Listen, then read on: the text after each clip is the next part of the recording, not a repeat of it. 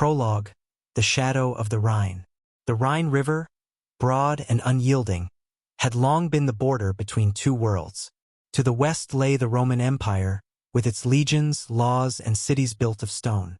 To the east sprawled Germania, untamed forests, and scattered tribes who prized their freedom above all else. For centuries, the river was a tenuous boundary, but when Rome turned its ambitions toward Germania, it sparked a war that would devastate both civilizations and echo through history.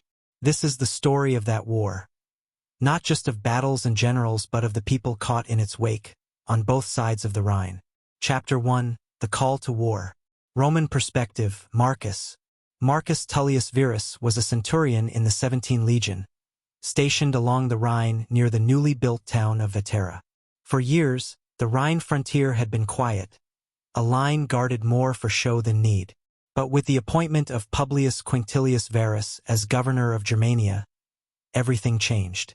Verus was determined to bring Roman law to Germania, treating it as if it were already a province. Taxes were imposed, tribunals established, and fortresses constructed deeper into tribal lands. "We are not welcome here," Marcus muttered to his optio one morning, scanning the misty forests that pressed close to the Roman roads. "These trees hide eyes that watch us, hands that wait to strike," his optio scoffed. "Barbarians are brave in their woods, but let them face the eagle in open battle, and they'll scatter like sheep." Marcus was not so sure. Germanic perspective. Brenna. In a village of the Cherusci tribe, Brenna knelt by the fire, her hands blackened from grinding grain into flour. Her husband, Wulfgar, leaned against the doorway, his broad shoulders tense. "They come further each day," he said, staring toward the west. "Roman patrols on our hunting grounds. Roman tax collectors in our villages. How long before they call us slaves?" "Arminius won't let that happen," Brenna replied. The name of the Cherusci chieftain was spoken with reverence. Though he had once served in the Roman auxiliaries, Arminius had returned to his people, vowing to defend their freedom. Wulfgar's jaw tightened. Arminius cannot fight them alone. He needs the tribes united, and that is no easy thing. Brenna turned back to her work, her heart heavy. She had seen the devastation the Romans left in their wake, the burnt fields, the broken homes. War was coming, and she feared what it would bring. Chapter 2: The Ambush. The campaign season of 9 CE began like many others, with Verus leading his legions deeper into Germania. Arminius, posing as an ally, assured Verus that the local tribes were pacified and loyal. But beneath his Roman armor, Arminius was laying a trap. The march to Teutoburg. Marcus marched with the 17th Legion through the dense forest. The trail was narrow, the underbrush thick, and the autumn rains had turned the ground to mud. Legionaries grumbled as their sandals sank into the muck, and supply wagons creaked under the weight of their loads. "The forest feels alive," one soldier whispered to Marcus. "Like it's watching us." Marcus gave no reply. He felt it too. On the second day, the attack came. The tribes struck without warning, arrows and spears raining down from the trees. The Roman columns, stretched thin along the winding path, were thrown into chaos. "Form up," Marcus shouted, trying to rally his men. But the dense forest made Roman formations impossible. From the shadows, Arminius appeared, his voice booming above the din: "For Germania! For freedom!" The aftermath. The ambush lasted 3 days. By the end, the 17, 18, and 19 legions were annihilated. Marcus lay among the dead, his armor battered, his body pierced by a dozen wounds. To the Romans, it was a catastrophe. News of the disaster reached Emperor Augustus in Rome, who reportedly cried out, "Quinctilius Verus, give me back my legions." To the Germanic tribes, it was a triumph. Brenna's village erupted in celebration as warriors returned, their faces smeared with Roman blood. But even in victory, Brenna felt unease. She knew the Romans would not let this defeat go unanswered. Chapter 3: Retribution. Germanicus campaigns. In the years following the Teutoburg disaster, Emperor Tiberius dispatched Germanicus, a capable young general, to avenge Rome. Germanicus led a series of brutal campaigns into Germania, burning villages, slaughtering warriors, and taking captives. Wulfgar was among those who fought against Germanicus. Brenna begged him not to go, but he would not listen. "I will not let the Romans burn our lands without a fight," he said. Brenna stood at the edge of the village, holding their son, as Wulfgar joined the warriors heading into the forest. She did not see him again. The Battle of Idistavizo. Germanicus' most famous victory came at the Battle of Idistavizo, where he defeated Arminius in open battle. Though Arminius escaped, the loss fractured the fragile alliance among the tribes. The Romans celebrated their revenge, but Germania remained unconquered. Chapter 4. The Price of War. Rome's costs. For Rome, the Germanic wars were a drain on resources. The empire spent vast sums on legions, fortifications, and supplies, only to gain no lasting territory. In the provinces, veterans of the Germanic campaigns spoke of the horrors they had witnessed. "They fight like wolves," one soldier said. "They strike from the shadows and vanish before you can turn."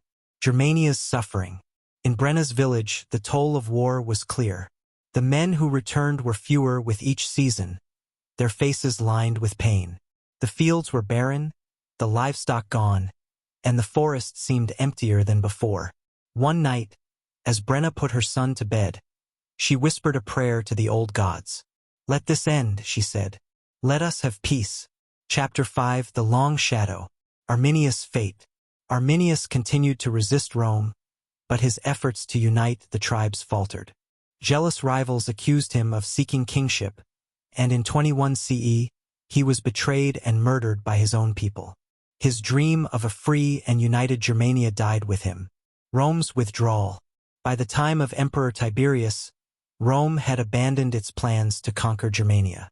The Rhine became the permanent frontier, and the empire turned its focus elsewhere. But the scars of the war lingered.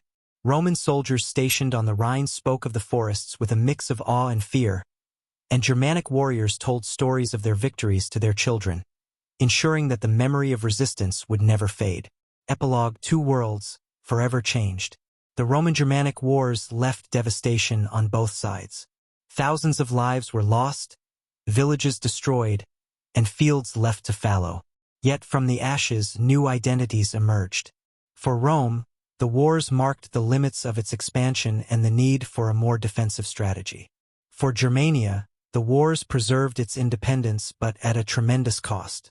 Brenna, now an old woman, sat by the fire with her grandson. "The Romans are gone," the boy said. "We are free." "Yes," Brenna replied, though her voice was tinged with sadness. "But freedom has a price." The Rhine continued to flow, unyielding as ever, a silent witness to the devastation and resilience of two worlds that collided and, in their struggle, shaped the course of history. Chapter 6. The Silent Frontier. The Rhine had returned to its uneasy stillness.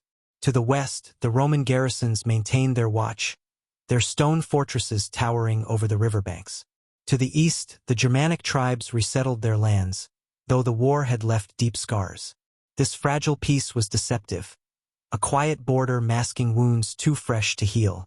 The Roman side, Marcus' legacy.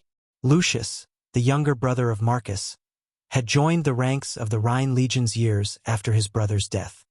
He arrived at Vetera, now heavily fortified and brimming with soldiers hardened by decades of skirmishes. For Lucius, this posting was personal. During his first patrol along the river, Lucius walked alongside a grizzled veteran named Faustus. "The forests," Faustus said, gesturing to the horizon, "are a graveyard for men like us. Do not let your brother's shadow guide your sword." Lucius clenched his jaw. "I did not come here to die. I came to understand why he did." That night, Lucius sat by the campfire, reading Marcus' last letter. In it, Marcus spoke of the tribes not as savages, but as people desperate to protect their homes. "They are no different from us," the letter read. "They fight because they must, not because they want to." The words haunted Lucius. He resolved not to fight blindly but to seek a way to prevent further bloodshed. The Germanic side, Brenna's new world. Years after Wulfgar's death, Brenna's village struggled to rebuild. The war had taken more than lives. It had shattered the rhythm of their existence. The young men who returned bore wounds that went beyond their flesh. The elders whispered that the gods were angry, and offerings of grain and livestock were made to seek forgiveness. Brenna's son, Eric, now a young man, was eager to prove himself. "We cannot live in fear of the Romans forever," he told her one evening. "If they cross the river again, we will meet them with fire and steel." But Brenna had grown weary of war. "Your father said the same," she replied, "and he lies in the earth for it. Be wiser than him, Eric. There is strength in knowing when not to fight." Chapter 7: Shadows of Division. Rome's growing strain. The empire's resources were stretched thin. The Roman legions stationed along the Rhine had become a drain on the treasury, and with rebellions in other provinces, maintaining a stronghold in Germania became less of a priority. Despite the military successes, the Senate and the emperor debated the worth of this frontier. Lucius witnessed the cracks in the empire firsthand. Supplies arrived late, morale wavered, and younger recruits were sent to fill the ranks of fallen veterans. "We are not here to conquer," Faustus grumbled. "We are here to survive." But Lucius saw something else in the faces of his comrades, a growing weariness with endless wars. Many spoke of their families far away, of the farms they left behind, and of the lives they had once imagined for themselves. The Roman machine of conquest, once invincible, was beginning to show its fragility. Germanic fractures. Arminius' death had left a power vacuum among the tribes. Without a unifying leader, old rivalries resurfaced. The Chatti raided the Cherusci, accusing them of allying too closely with Rome. The Suebi sought to expand their territory, clashing with neighboring tribes.